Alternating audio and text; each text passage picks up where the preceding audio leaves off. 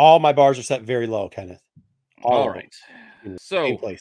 For those of you who watch the channel or may not watch the channel, I used to do this show on Fridays as one of the few that I would do, whether I talk about first appearances, variants, or second prints. But these are forgotten first. And I figured, you know what? Let's just do it here on Wednesday because I haven't had time to do it separately. So let's just squeeze it in here. If you like it here, let's see what we can do. Let's see what we can do. And it's basically just going to be some, like, again, what the title is, Forgotten First. These are first appearances you may not have been aware of that are just out there. They're not super expensive. These aren't like the hot 10 books or anything like that. These are just things you should just be mindful of. You're digging in a box. It's kind of fun little thing to go dig out. First being Hope Pym. Yes, there actually is an appearance of Hope Pym. She's not exactly the same character that's in the MCU, but there is a character called Hope. She is a Pym. She's actually a villain, but in A-Next number 7, we do get a first appearance in cameo, if you want to be very technical about it, I guess. I don't like doing the cameo first full nonsense. That's not what I do. So I'm just going to show you exactly what's in this book. And in A-Next number 7, all you get is this, the shadowy legged talking character. That's all it is in this book. But it's her. But you don't get much of her. You don't actually really get her until issue 12 later on, and where she's on the cover as the Red Queen, and inside she has these Revengers, these villains. But that's more of the full, I guess. But 7 is that first appearance. That was her. So was this because her dad beat her mom? I don't know. This is like that weird alternate kids take in the future Avengers of like Juggernaut's son, and I don't know, some crazy story. You know where these A-Next number 7s are in my boxes? They're right next to my Aquaman number 7s alphabetically. Yeah. So maybe we'll get the others. Yeah.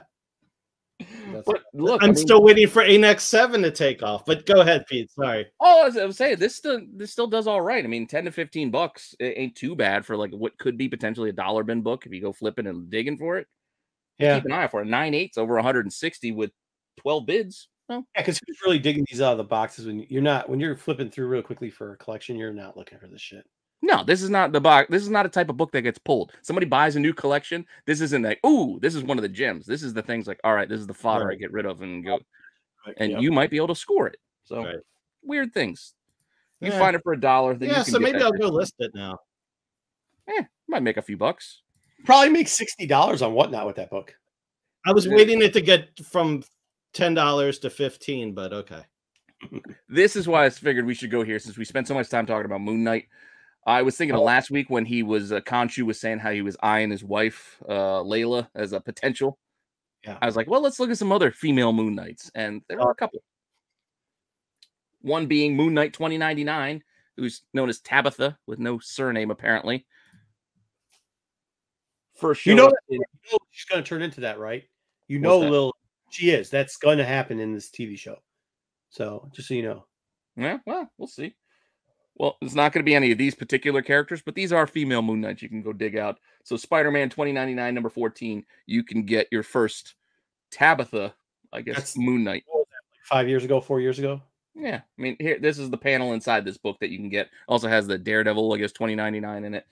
There's more to the story. She's in more panels than this and comes back a little bit later, but this was the first. So, what's that? $1 book?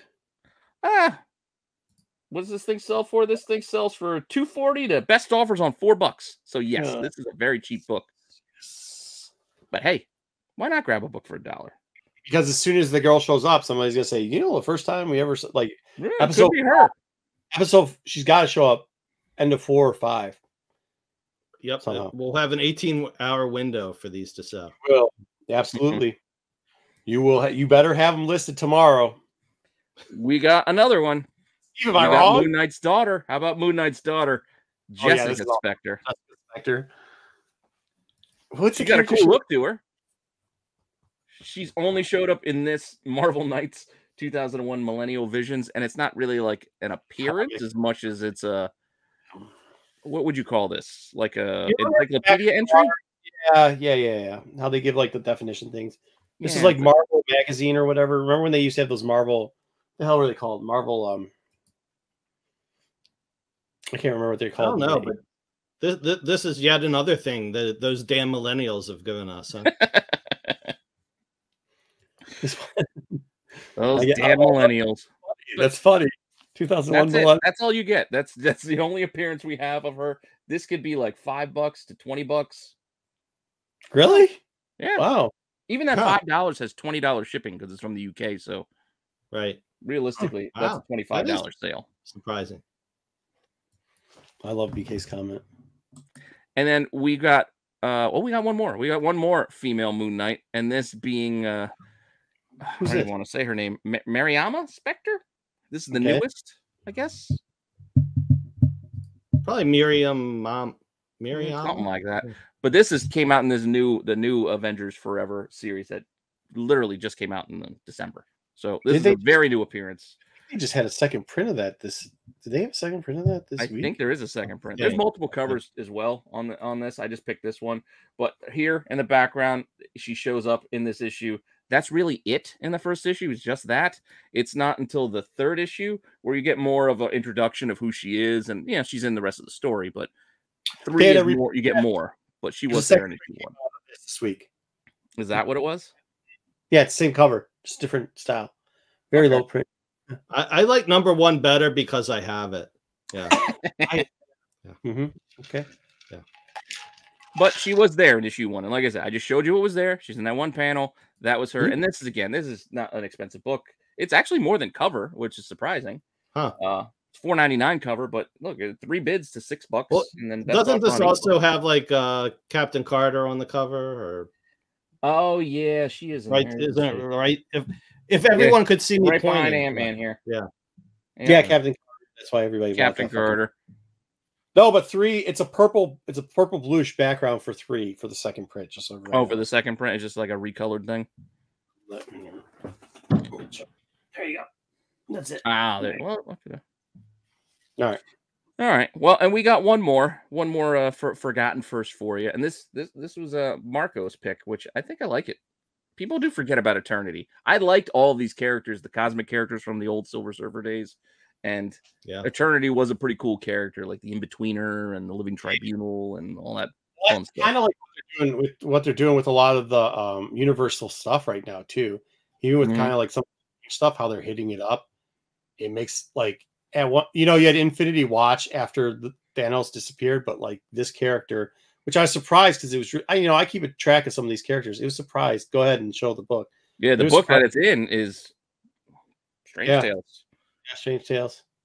It's got Dormammu, and I love Dormammu too. I think that's probably, if you ever thought about Mephisto, I think that's your connection to those two with Strange. Yeah, because it is in the Strange story inside, not the Nick Fury one that's on the cover, but.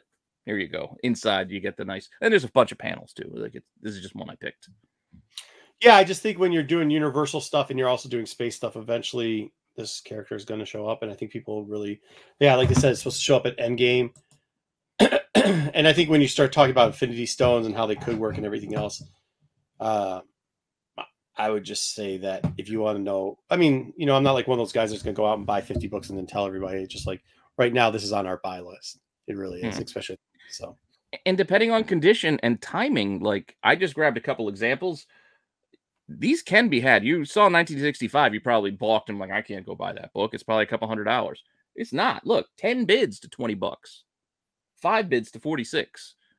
Like these are things you could afford, especially if you check auctions. For those people that are a little bit new to grading, like Silver Age and stuff like that, this is the perfect book to try it out with.